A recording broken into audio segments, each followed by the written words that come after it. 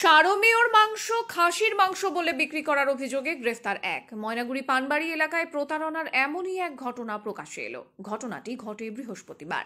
ঘটনায় ধৃত এক। জানা গিয়েছে এই এলাকায় আজ হাটবার ছিল। সেখানে এক ব্যক্তি সারমেয় কেটে তার ছাল পাশে রেখে খাসির মাংস বলে বিক্রি করতে শুরু করে। একটু সময়ের মধ্যে বাজারের বেশ কয়েকজনের বিষয়টি সন্দেহজনক লাগে। জানানো হয় এলাকার ব্যবসায়ী সমিতিকে। তারপরেই প্রশাসনের নজরে আসে বিষয়টি। গ্রেফতার করা হয় অভিযুক্ত দীপ রায়কে। অভিযুক্তের বাড়ি রামসায়ের হাতিপোতা এলাকায়। এ বিষয়ে ব্যবসায়ী সমিতির সম্পাদক কিরেন্দ্রনাথ রায় বলেন, অমানবিক ঘটনা ঘটিয়েছে অভিযুক্ত। পানবাড়ি বাজারের একটি সুনাম রয়েছে। অভিযুক্তের কঠোর শাস্তি হোক তার দাবি রাখছি আমরা। এই ঘটনায় ময়নাগুড়ি রোড পরিবেশপ্রেমী সংগঠনের সম্পাদক নন্দু রায় বলেন, অমানবিক ঘটনা। এরকম ভাবে একটি সারমেয়কে কেটে খাসির মাংস বলে বিক্রি করা এটা মারাত্মক অপরাধ এবং নিন্দনীয় ঘটনা।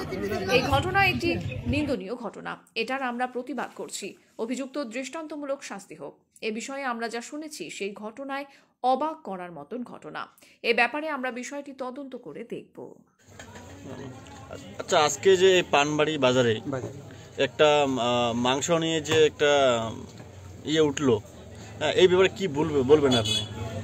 আজকে যে বাজারের যে ঘটনাটা ঘটলো, এটা যে ব্যক্তিরা করছে ও ভারসাম্যহীন। ও ছোট্টবেলা থেকে বাজারে যে কুত্তাটাকে নিয়ে ঘুরে, মানে সবাই জানে বাজারে যত পাবলিক আছে, দোকানদার আছে, সবাই জানে ছোট থেকেই মানে মানে কুত্তাটাকে নিয়ে ঘুরে আর কি। কিন্তু ভারসাম্যহীন অবস্থায় কি করে আজকে যে সেই কুত্তাটাকে কোথার থেকে মেরে নিয়ে মাংসটাকে নিয়ে বাজারে আসছে, এইটা আমরা ঠিক বুঝতে পারিনি। যখন বাজারে আসছিল তৎক্ষণাৎ আমরা মোটামুটি প্রশাসনের দ্বারস্থ হয়ে প্রশাসন তাকে তুলে নিয়ে দিয়েছে। আচ্ছা, এই বিষয়ে সাধারণ যে পানবাড়ি বাজারের গ্রাহক, এই গ্রাহকদের উদ্দেশ্যে কি বলবেন আপনারা? সাধারণ গ্রাহক তো মানুষের একটা খাওয়ার মধ্যে রুচি থাকে, তো যাতে আমরা ব্যবসা সমিতি থেকে বলতেছি যাতে এই রুচিটা সাধারণ মানুষের যাতে ঠিক থাকে, যার জন্য এই বার্তারা যাতে না ছড়ায়। কারণ আমরা তাকে বিক্রি করতে দেইনি, বাজারে আসার সাথে সাথে প্রশাসনের হাতে তুলে দেওয়ার পরে প্রশাসন তাকে নিয়ে যায়। আপনার নাম? কিরেন্দ্রনাথ রায়। আপনি কোন পদে আছেন? ব্যবসা সমিতির সেক্রেটারি। পানবাড়ি বাজারে একটা মাংসের ব্যাপার নিয়ে যে একটা গুজব ছড়ায়, এটা মানে ব্যাপারটা কি আসলে একটু বলুন তো। ব্যাপারটা হলো একটা পাগল লোক, মানে এর ব্রেন ডিফারেন্স আছে। তো পানবাড়ি বাজারে মাঝে সাথে আসে। তো আজকে হঠাৎ করে ব্যাগে করে মাংস নিয়ে আসে, ঠিক আছে। তো মাংস নিয়ে ওই সাইডে, আমার এদিকে সাইডে বের করে দোকানের মতো লাগাই দিল আর কি।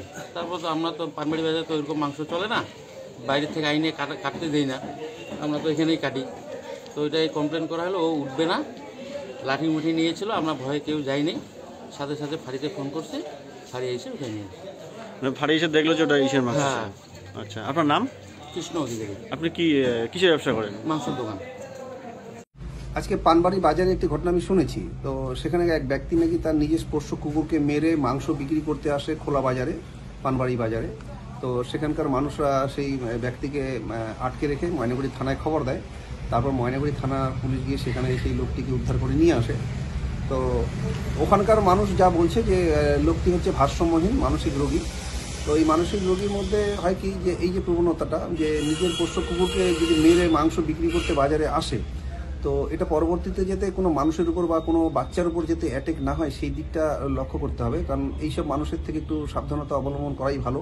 কারণ চিকিৎসকদের মতে যে এই যে খুন করার, এই যে মারার যে একটা প্রবণতা, এই মানসিকতা যে এই রোগীগুলোর যে থাকে, তো সেগুলো কিন্তু আজকে মনে হয় কুকুরকে মেরেছে, কালকে হয়তো কোনো মানুষকেও অ্যাটাক করতে পারে।